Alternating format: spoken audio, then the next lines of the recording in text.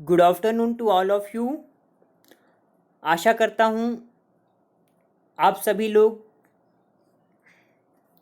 इस लॉकडाउन के दौरान मिलने वाले समय का संपूर्ण सदुपयोग कर रहे होंगे।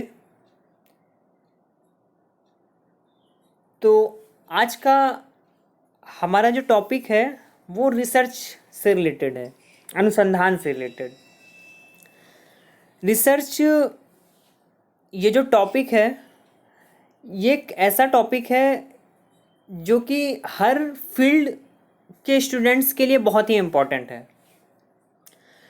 जब आप हायर एजुकेशन में जाते हैं तो आपको रिसर्च के बेसिक्स पढ़ाए जाते हैं। जैसे आप पीजी कोर्स में होते हैं तो आपको डिसर्टेशन करवाया जाता है, या और फिर जब आप पीएचडी कर रहे होते हैं तो वो तो पूरा आपको रिसर्च ही करना है, उसमें 4-5 साल जो भी उसका टाइम होता है। तो इस तरीके से क्या है, रिसर्च देखिए एक ऐसा टॉपिक है जिसे हर एक स्टूडेंट को पढ़ना है, चाहे वो इंजीनियरिंग से रिलेटेड हो, चाहे किसी प्रोफेशनल कोर्स से रिलेटेड हो, चाहे ह्यूमनिस्टिक्स से रिलेटेड कोर्सेज से वो संबंधित हो। यानी कि हर एक स्टूडेंट्स को रिसर्च की बेसिक नॉलेज होना ज़रूरी है। इवन स्टूडेंट ही नहीं, टीचर के लिए भी रिसर्च बहुत इम्पॉर्टेंट है। स्टूडेंट्स, टीचर्स और आपको प्रिंसिपल, एडमिनिस्ट्रेशन, किसी भी ऑर्गेनाइजेशन के लिए रिसर्च की बेसिक नॉलेज होना बहुत ही ज़रूरी है। तो स्टार्ट करते हैं। आज हम लोग देखेंगे कि रिसर्च क्या है, उसके बेसिक फंडामेंटल्स क्या है और उसके कैरेक्टरिस्टिक्स क्या है, क्या स्कोप है उसका। तो रिसर्च जैसा कि अगर हम सामान्य रूप से देखें तो क्या है कि हम डेली टू डेली लाइफ में रिसर्च करते ही रहते हैं 24 आवर्स।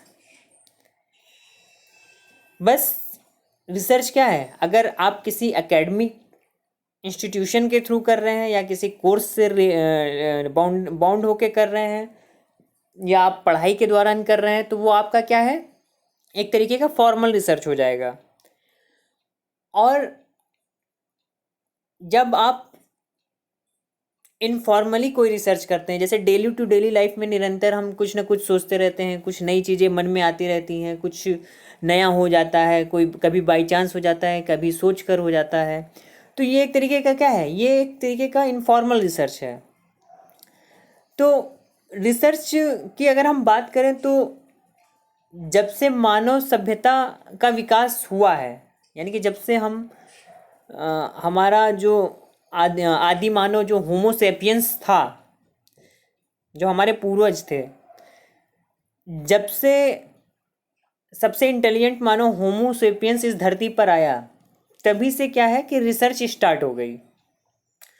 दिन प्रतिदिन क्या होता चला गया, हम नए नए तरीकों की खोज करते चले गए, नए नए जीवन यापन के साधनों को खोजते चले गए। तो इस तरीके से अगर हम देखें तो मानवीय सभ्यता का जो विकास है, मतलब शुरुआत से लेकर होमो सेपियंस से लेकर आज 21st सेंचुरी जो हमारी चल रही है, आज तक का जो विकास हुआ है वो किसका परिणाम है, वो हमारे रिसर्च का ही परिणाम है।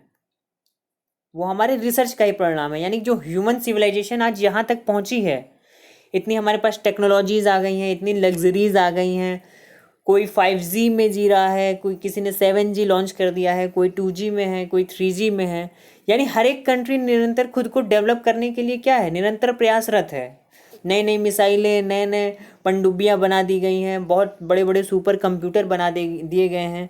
तो ये सब किसका परिणाम है, ये सब रिसर्च का ही परिणाम है, इनोवेशंस का परिणाम है, डेवलपमेंट का परिणाम है, ये हमारी निरंतर थिंकिंग का परिणाम है।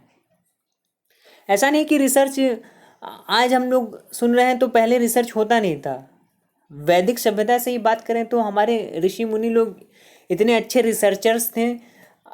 महर्षि कणाद हैं, धन्वंतरी हैं, पतंजलि हैं।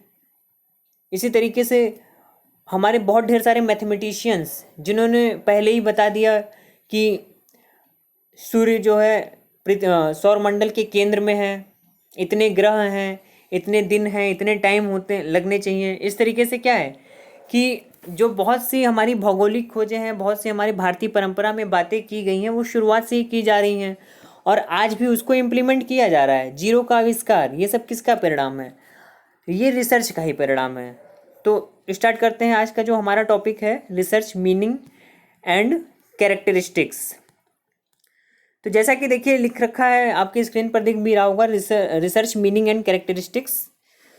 तो अगर हम फॉर्मली रिसर्च की बात करें तो रिसर्च का मतलब क्या है? Search again and again.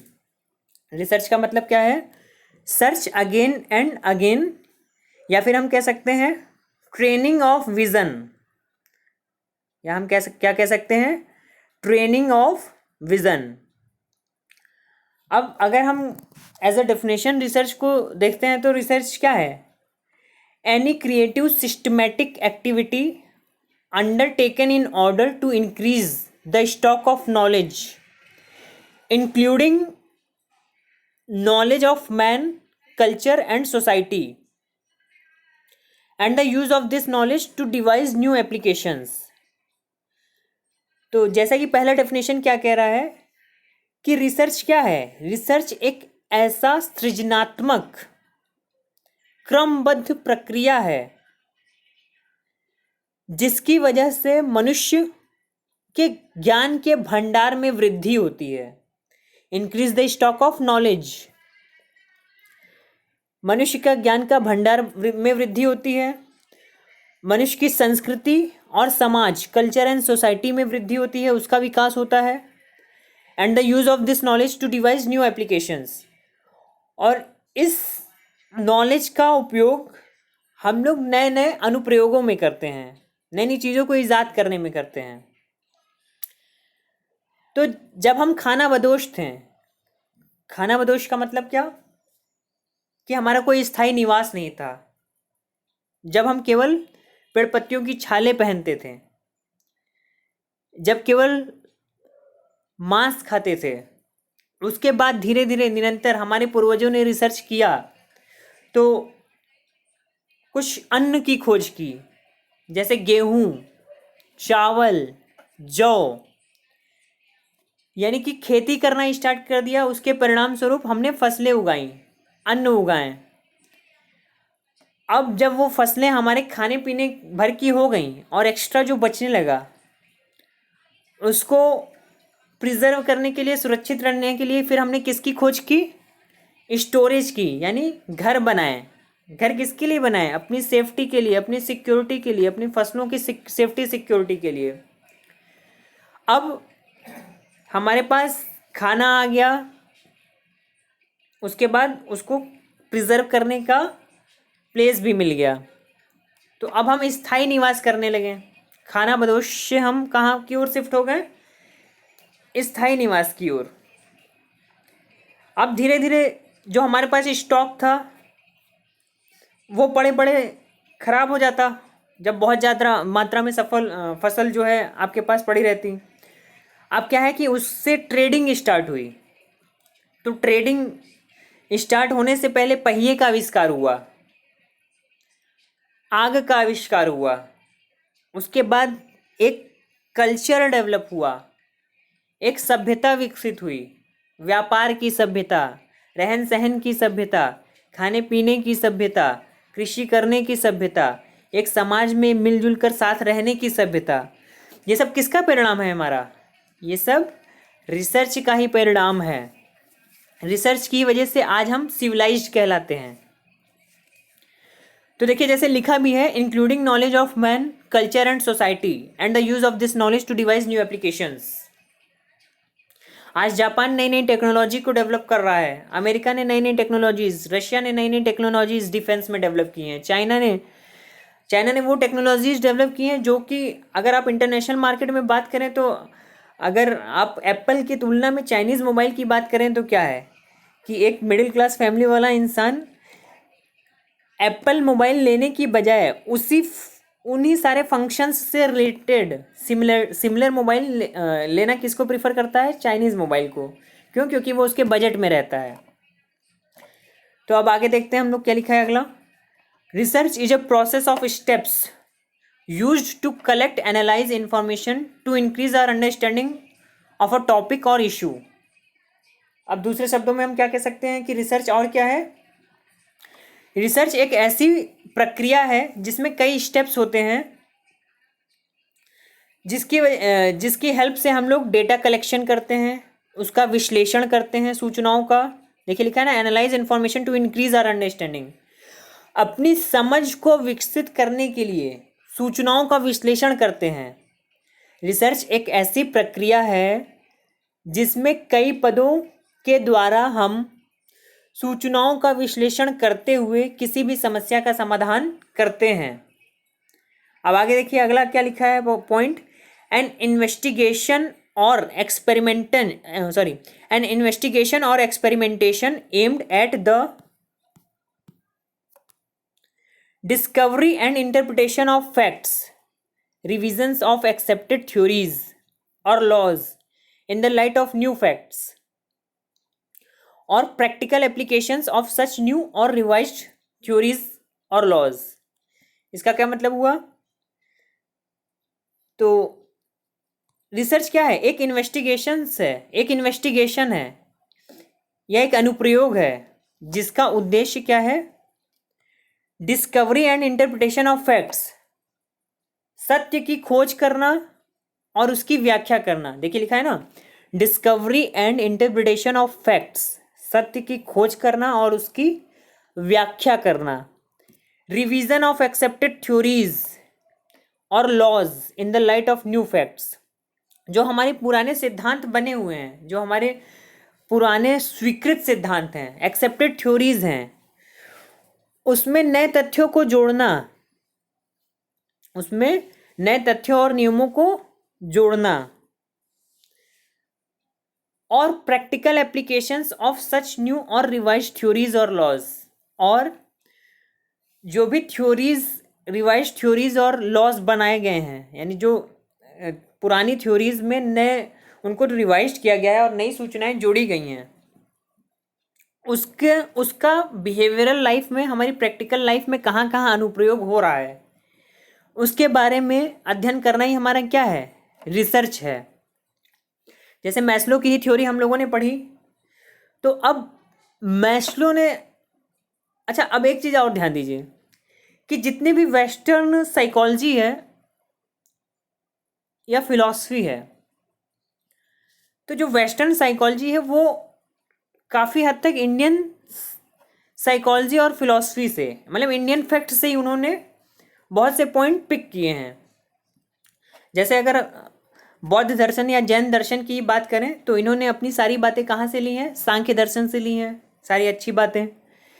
इसी तरीके से अगर हम मैस्लो की बात करें तो मैस्लो ने भी जो आत्मसिद्धि का कॉन्सेप्ट दिया था, सेल्फ एक्चुअलाइजेशन का, जिसको हिंदू धर्म में हम मोक्ष कह रहे थे, बौद्ध धर्म में निर्वाण कह रहे थे, और जैन धर्म में जिसको हम कैवल्य कह रहे थे, तो वो मोक्ष भी इन्होंने कहाँ से लिया है? मोक्ष के अर्थ का जो मीन है उसको भी इन्होंने हमारे हिंदू धर्म से ही लिया है, हमारी वैदिक सभ्यता से इन्होंने पिक किया है कि मोक्ष का मतलब क्या? न्यूट्रल हो जाना, ना कोई किसी मोह माया के बंधन से छूट जाना, सुख दुख के बंधन से छूट जाना, क्रिया प्रतिक्रिया से छूट जाना, यानी कि न्यूट्रल हो जाना। ओके, तो इस तरीके से क्या है, अगला पॉइंट देखिए क्या लिखा है, research is a more formal, systematic and deep process in which scientific method analysis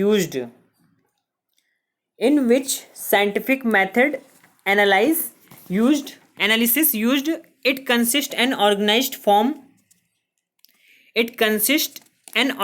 form, results, concludes and prepare records।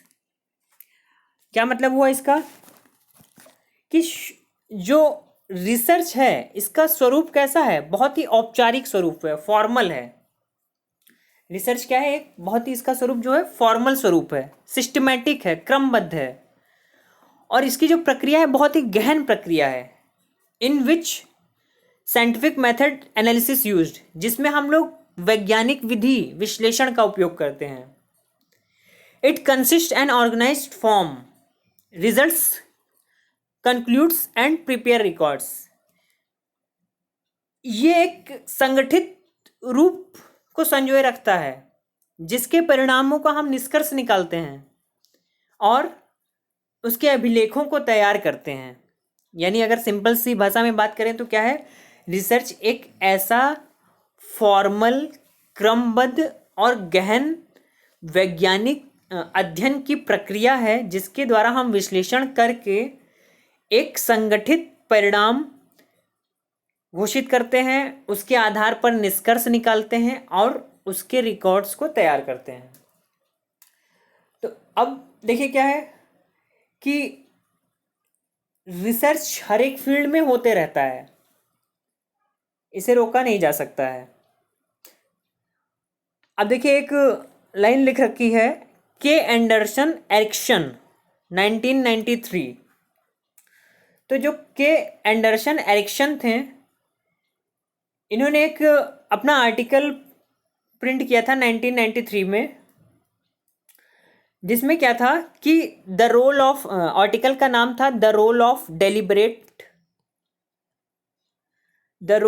Deliberate practice in the acquisition of expert performance.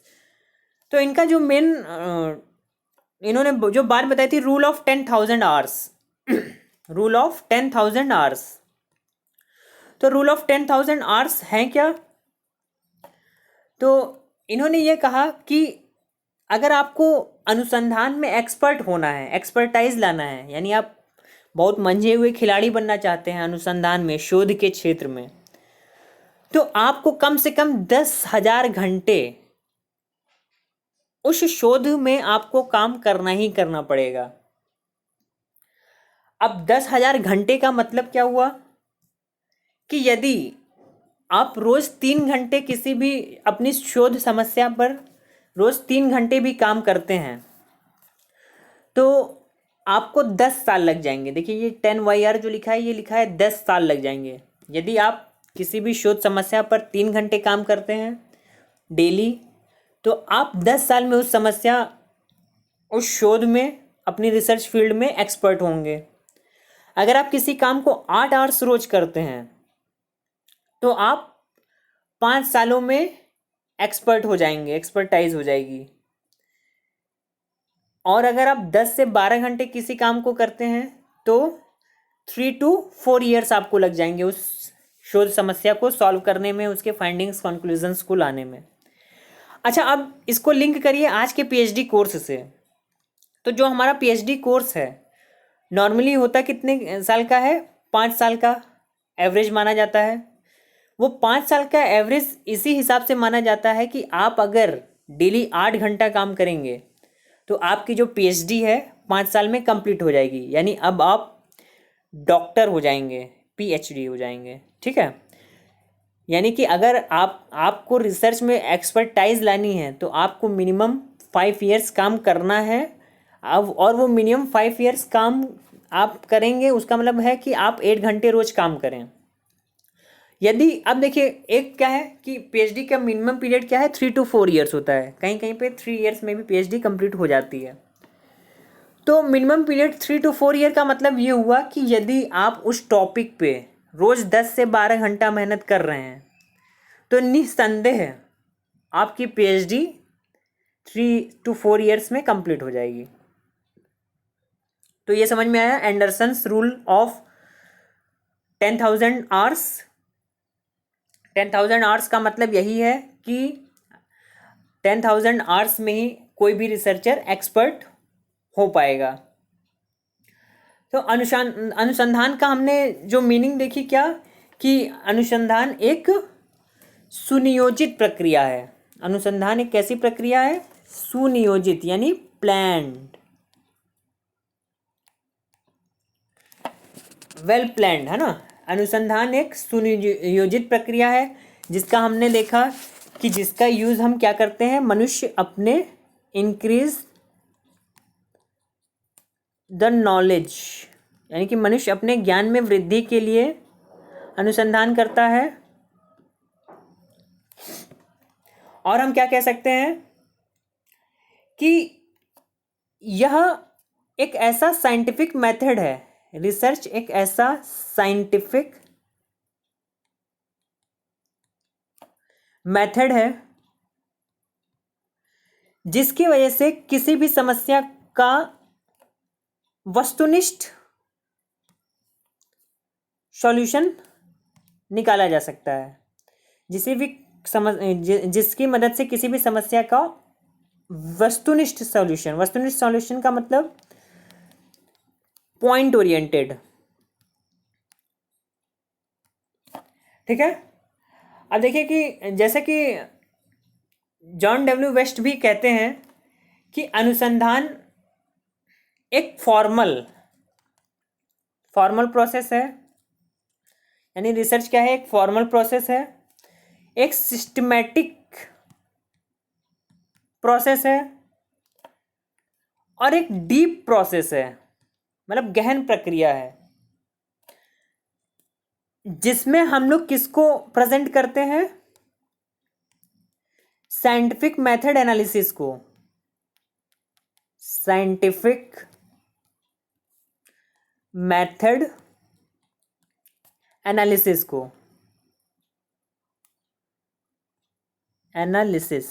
Scientific method analysis को प्रयोग करते हैं, जिसकी मदद से हम क्या करते हैं, निष्कर्ष निकालते हैं किसी भी समस्या का, न्यू फाइंडिंग्स लाते हैं और उसके बाद हम उसके रिकॉर्ड्स को तैयार करते हैं।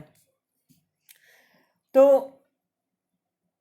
यानी रिसर्च का क्या मतलब हुआ, रिसर्च का मतलब यही है कि मनुष्य के ज्ञान में वृद्धि लाना, जो पहले से पूर्व स्थापित थ्योरीज हैं उनमें न्यू नॉलेज को ऐड करना, हमारे कल्चर और सोसाइटी को निरंतर डेवलप करना, अपनी लग्जरीज को बढ़ाना, इस तरीके से। अब देखिए, क्योंकि हम लोग एजुकेशन से रिलेटेड रिसर्च की बात कर रहे हैं, तो ये भी हमें जानना जरूरी है कि एजुकेशनल रिसर्च क्या है, व्हाट इज़ एजुकेशनल रिसर्च, शैक्षिक अनुसंधान, क्योंकि हम हैं तो एजुकेशन फील्ड में ही ना, तो ये जानना तो जरूरी है कि एजुकेशनल रिसर्च क्या है। तो अब आप लोग रिसर्च समझ गए हैं कि रिसर्च है क्या। तो एजुकेशनल रिसर्च क्या है, वो रिसर्च या जितने भी अनुसंधान हम शिक्षा के क्षेत्र में करते हैं वो हमारा क्या है, एजुकेशनल रिसर्च है। तो शिक्षा के क्षेत्र में का मतलब क्या हुआ कि शिक्षा के क्षेत्र में यानी जो भी हमारी पढ़ाई लिखाई है उस क्षेत्र में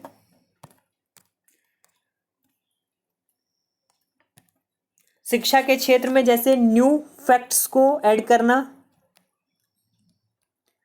यानी नए तथ्यों को खोज कर उसको जोड़ना, नवीन तथ्यों की खोज करना, न्यू थ्योरीज को डेवलप करना। अब देखिए, जो पहला वाला है न्यू फैक्ट्स, वो ओल्ड थ्योरीज में ऐड करना, यानी कि न्यू थ्योरीज को डेवलप करना और अपडेटेड एग्जिस्टिंग थ्योरीज, जो पहले से थ्योरीज बनी हुई हैं उनको अपडेट करना, यानी न्यू फैक्ट्स की खोज करना, न्यू थ्योरीज को डेवलप करना और अपडेट करना, किसको, एग्जिस्टिंग थ्योरीज को अपडेट करना। और शैक्षिक अनुसंधान में और क्या हम कर सकते हैं, जो शिक्षा के क्षेत्र में बिहेवियरल यूटिलिटी को सुनिश्चित करना, यानी जो हम न्यू फैक्ट्स या न्यू नॉलेज को जनरेट कर रहे हैं, न्यू फैक्ट्स या न्यू नॉलेज को जो हम जनरेट कर रहे हैं उसकी बिहेवियरल यूटिलिटी होनी चाहिए, बिहेवियरल यूटिलिटी। अब बिहेवियरल यूटिलिटी का मतलब क्या है कि जो नया ज्ञान या नया फैक्ट खोजा जा रहा है उसका व्यवहारिक जीवन में उपयोगिता हो, मतलब उसको हम व्यवहारिक जीवन में उतार सकें, उसका उपयोग कर सकें। ऐसा नहीं होना चाहिए कि न्यू नॉलेज न्यू थ्योरीज तो बना ली पर वो प्रैक्टिकल लाइफ में एप्लीकेबल ही नहीं हो रही है, ऐसी रिसर्च का कोई मतलब नहीं होगा। ठीक है। तो जैसे कि शैक्षिक अनुसंधान में अगर हम और बात करें तो क्या है कि जैसे मान लीजिए शैक्षिक अनुसंधान का मतलब और क्या कह सकते हैं, न्यू टीचिंग मेथड्स को डेवलप करना, टीचिंग मेथड्स को डेवलप करना, स्ट्रेटजीज को डेवलप करना, न्यू स्ट्रेटजीज, न्यू टेक्नोलॉजीज को डेवलप करना, जो कि टीचरों के साथ साथ एज वेल एज स्टूडेंट्स के लिए भी लाभकारी हो। अब जैसा कि आप लोगों ने देखा होगा, पहले जब कोई टेक्नोलॉजी विकसित नहीं हुई थी तो केवल ब्लैक बोर्ड था और चॉक था। धीरे धीरे टेक्नोलॉजी विकसित हुई, कंप्यूटर इंट्रोड्यूस हुए, तो फिर अब कंप्यूटर से पढ़ाई होने लगी। फिर टेक्नोलॉजी की मदद से, रिसर्च की मदद से प्रोजेक्टर आ गया। प्रोजेक्टर के बाद अब देखिए ऑनलाइन लर्निंग चल रही है, वीडियो कॉन्फ्रेंसिंग के थ्रू लर्निंग चल रही है। और क्या बोलते हैं, आपका स्टडी लर्निंग मटेरियल आपका नेट पे पड़ा रहता है, आप उससे पढ़ ले रहे हैं, यूट्यूब से पढ़ ले रहे हैं, आप किसी एप्लीकेशन से, जैसे अनअकैडमी है आपका, और वेदांतु है, बायजूस हैं, बहुत ढेर सारे एप्लीकेशंस आ गए हैं। ये सब किसका परिणाम है? ये रिसर्च का ही परिणाम है। और ये एजुकेशन के फील्ड में रिसर्च का परिणाम है कि आप नए नए new technologies, new methods, new teaching methods और न्यू टेक्नोलॉजीज, स्ट्रेटजीज, इन सब का आविष्कार हुआ।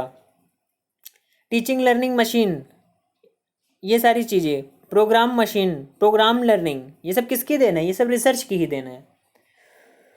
तो शैक्षिक अनुसंधान का मतलब क्या है कि शिक्षा के क्षेत्र में जो भी रिसर्चेस की जाती हैं, चाहे वो विद्यार्थी से रिलेटेड हो, चाहे वो पाठ्यक्रम से रिलेटेड हो, चाहे वो शिक्षक से रिलेटेड हो, वो सब किसके अंतर्गत आएगा? आपका शैक्षिक अनुसंधान के अंतर्गत आएगा। अब देखिए, शैक्षिक अनुसंधान में भी आप लोगों ने सुना होगा जो रिसर्च के टाइप हैं। अगर हम ऐसे मोटा मोटा बात करें तो एक है आपका अप्लाइड रिसर्च, एक है आपका फंडामेंटल रिसर्च,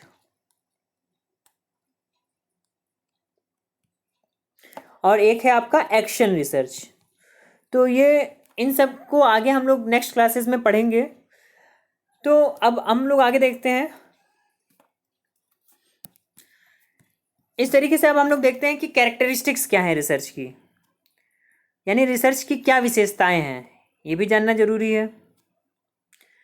तो देखिए, सबसे पहला क्या है कि रिसर्च हमेशा आपको ऑब्जेक्टिव रिजल्ट देता है। ऑब्जेक्टिव रिजल्ट का मतलब इसमें कोई भी सब्जेक्टिविटी नहीं है। अगर किसी समस्या का जो समाधान है वो बहुत ही वैलिडेट होने के बाद ही आप तक पहुंचेगा, बहुत ही वेरीफाई होने के बाद, बहुत रिलायबिलिटी से उसका जो कंक्लूजन निकाला जाएगा बहुत ही यूनिक होगा। तो पहली कैरेक्टरिस्टिक्स क्या है कि जो आपका रिसर्च है ये एक तार्किक प्रक्रिया है। Research is a logical process.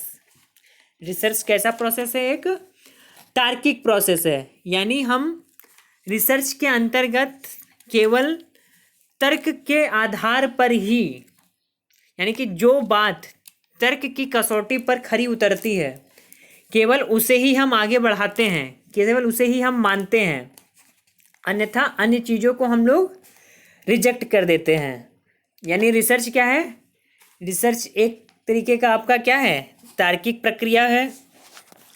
और रिसर्च की दूसरी कैरेक्टरिस्टिक्स देखिए क्या लिख रखी है कि research is a scientific method of knowing. Research ज्ञान को बढ़ाने का एक वैज्ञानिक विधि है। क्या लिखा है? Research is a scientific method of knowing, यानी ज्ञान का वृद्धि करने का जो वैज्ञानिक विधि है वो है रिसर्च। अगला देखिए क्या है? To generate new theories. Research का क्या काम है? टू जनरेट न्यू थ्योरीज, नए सिद्धांतों का निर्माण करना।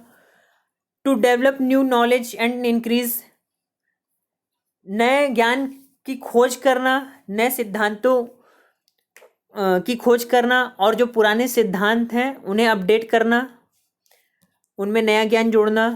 अगली विशेषता क्या है? Systematic and organised.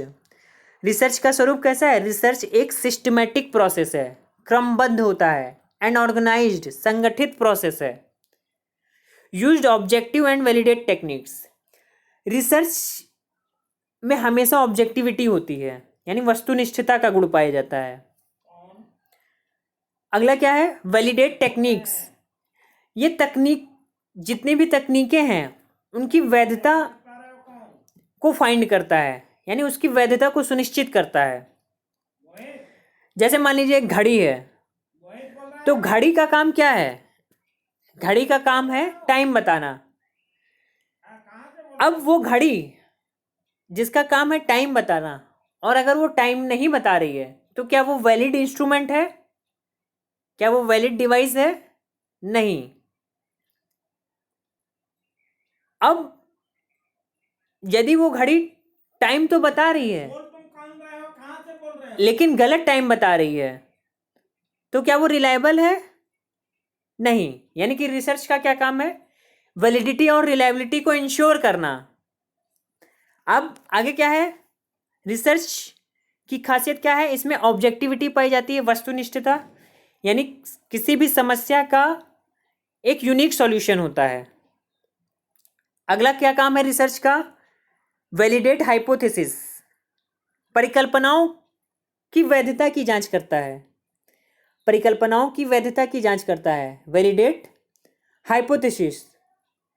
और रिसर्च का क्या काम है, सामान्यीकरण करना, जनरलाइजेशन, यानी यदि कोई नियम या सिद्धांत बनाया गया है तो वो सब पर अप्लाई हो सके, जनरलाइज करने का काम करता है। रिसर्च का और खासियत क्या है, रिकॉर्ड्स, अभिलेख तैयार किए जाते हैं। तो अगर हम आगे इसमें देखें तो रिसर्च की जो विशेषताएं हैं, अगर बात करें, वैलिडिटी होती है, ऑब्जेक्टिविटी होती है, सिस्टमैटिक होता है, एक्यूरेट और प्रिसाइज ऑब्जर्वेशन करता है। यानी कि ऑब्जर्वेशन कैसा है रिसर्च का होता है, बहुत ही प्रिसाइज ऑब्जर्वेशन।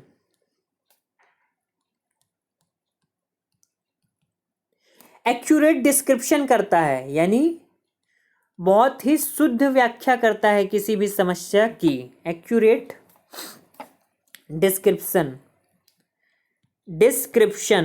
स्पेलिंग मिस्टेक हल्की फुल्की हो सकती है, लेकिन आप लोग ध्यान से सुनिएगा। एक्यूरेट डिस्क्रिप्शन करता है, स्टैटिस्टिकल एनालिसिस के थ्रू परिणाम को जारी करता है। ओके, तो इस तरीके से रिसर्च की ये सारी कैरेक्टरिस्टिक्स थी, जिसमें हम लोगों ने देखा कि ऑब्जेक्टिविटी है, सिस्टमैटिक है, एम्पिरिकल है, अनुभविक। हाँ देखिए, एक बहुत ही खास कैरेक्टरिस्टिक है, एम्पिरिकल होता है। एम्पिरिकल का मतलब अनुभव आधारित होता है, यानी अनुभवों पर आधारित परिणाम देता है रिसर्च। ओके, नाउ अब आगे इसमें क्या है, देखिए स्कोप। अगर हम स्कोप की बात करें तो शिक्षा अनुसंधान का जो क्षेत्र है, क्या क्या है, शिक्षा अनुसंधान का जो क्षेत्र है, यहाँ केवल हम शैक्षिक अनुसंधान के क्षेत्र की बात करेंगे। तो अगर पहला बात करें तो ये टीचर के बिहेवियर पर रिसर्च करता है, यानी टीचर बिहेवियर, शिक्षक के व्यवहार को जांचने के लिए। इसी तरीके से स्टूडेंट बिहेवियर, उसी तरीके से टीचिंग टेक्निक, क्या टीचिंग टेक्निक यूज़ करें, टीचिंग टेक्निक्स, करिकुलम डेवलपमेंट, यानी कहाँ कहाँ देखिए इसका स्कोप है, हम लोग रिसर्च को कहाँ कहाँ इम्प्लीमेंट कर सकते हैं, करिकुलम डेवलपमेंट में और करिकुलम इवैल्यूएशन में। सी इवैल्यूएशन लिख रहा हूँ, करिकुलम इवैल्यूएशन में, यानी कि कितनी फील्ड हो गई, टीचर के behaviour, teacher behaviour, student behaviour, teaching techniques, curriculum development, curriculum evaluation. और अगर हम आगे भी बात करें तो आगे बात करें तो इसमें टीचिंग मेथड्स, क्या टीचिंग मेथड्स यूज़ कर सकते हैं, उसमें रिसर्च कर सकते हैं। टीचिंग टेक्निक्स, ये सारा हो गया। और पेडागोजी, डेवलपमेंट ऑफ पेडागोजी, यानी शिक्षण शास्त्र, उसका निर्माण और मूल्यांकन करना, इवैल्यूएशन, ये रिसर्च के द्वारा हम लोग कर सकते हैं। इवैल्यूएशन लिखा है, मूल्यांकन करना। उसके अलावा बात करें तो स्कूल मैनेजमेंट का मूल्यांकन करना, evaluation of school management, evaluation EV लिखा है। आगे बात करें तो क्या कर सकते हैं, अपडेट सिस्टम्स, यानी अपडेट एजुकेशन सिस्टम, उसको अपडेट कर सकते हैं रिसर्च की हेल्प से। और क्या कर सकते हैं, ईवीएस, ईवीएस का मतलब क्या, एनवायरमेंटल एजुकेशन को इंट्रोड्यूस कर सकते हैं। और एजुकेशनल फिलॉसफी, उसमें रिसर्च कर सकते हैं। ये देखिए इसके स्कोप हैं, ध्यान दीजिएगा, educational philosophy, educational psychology, educational psychology, population education, जनसंख्या शिक्षा,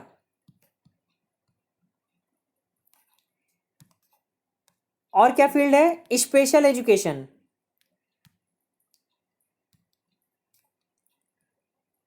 विशिष्ट शिक्षा, स्पेशल एजुकेशन, इंक्लूसिव एजुकेशन, समावेशी शिक्षा, लाइफ लॉन्ग एजुकेशन, यानी जीवन पर्यंत शिक्षा, life long education, adult education, यानी प्रौढ़ शिक्षा, और distance learning, last one is distance learning, दूरस्थ शिक्षा। तो इस तरीके से हमने देखा कि इस एजुकेशनल रिसर्च का स्कोप क्या है। तो ये था एजुकेशनल रिसर्च का स्कोप। अब यदि हम बात करें तो कुल मिलाकर जो रिसर्च क्या है और इसकी कैरेक्टरिस्टिक्स क्या हैं, तो हमने देखा कि रिसर्च एक सिस्टमेटिक प्रोसेस है, एक ऑर्गेनाइज्ड पैटर्न है, एक एम्पिरिकल मेथड है जो कि नॉलेज को वैलिडेट करता है, कलेक्ट करता है, कंक्लूजन निकालता है, फाइंडिंग्स देता है, न्यू नॉलेज को ऐड करता है, पुरानी थ्योरीज में नए नॉलेज को ऐड करता है, न्यू थ्योरीज को डेवलप करता है, कल्चर एंड सोसाइटी को डेवलप करता है। इस तरीके से हम देखें तो हमारे each and every aspects of life में रिसर्च क्या है, बहुत ही महत्वपूर्ण भूमिका निभाता है। जैसा कि शुरुआती परंपरा से आज 21st सेंचुरी तक हमने देखा कि हम लगातार रिसर्च के ही बल पर इतने सिविलाइज्ड हो पाए हैं, इतनी टेक्नोलॉजीज़ को अक्वायर कर पाए हैं। ये भी ज़रूरी नहीं कि आज जो हमारे पास टेक्नोलॉजी है वो पहले नहीं थी। हो सकता है जो हमारी पहली की सभ्यताएं थीं उनके पास हमसे भी बहुत ज़्यादा अच्छी टेक्नोलॉजीज़ थी। जो हम लोग एलियन की बात करते हैं, जो हम लोग पुष्पक विमान की बात करते थे, तो जो हम लोग मन से ही सोचते हुए आगे पहुंच जाते हैं, किसी के पास विचारों की गति से भी तेज कहीं पहुंच जाते थे पहले के ज़माने में। तो ऐसे हम कह सकते हैं कि हमारी जो टेक्नोलॉजी अभी कुछ नहीं है। अगर ये भी हो सकता है कि हमारी टेक्नोलॉजी कुछ नहीं है पहले के मामले में, हो सकता है पहले हमारे पूर्वजों के पास इससे भी ज़्यादा अच्छी टेक्नोलॉजीज़ हों। तो आशा करता हूँ आज का टॉपिक आपको समझ में आया होगा। इसका बाकी का पार्ट, रिसर्च के टाइप्स, रिसर्च मेथड्स, आगे के चैप्टर्स में हम लोग पढ़ेंगे, आगे के लेक्चर्स में देखेंगे। तो थैंक यू सो मच, आपका दिन शुभ हो।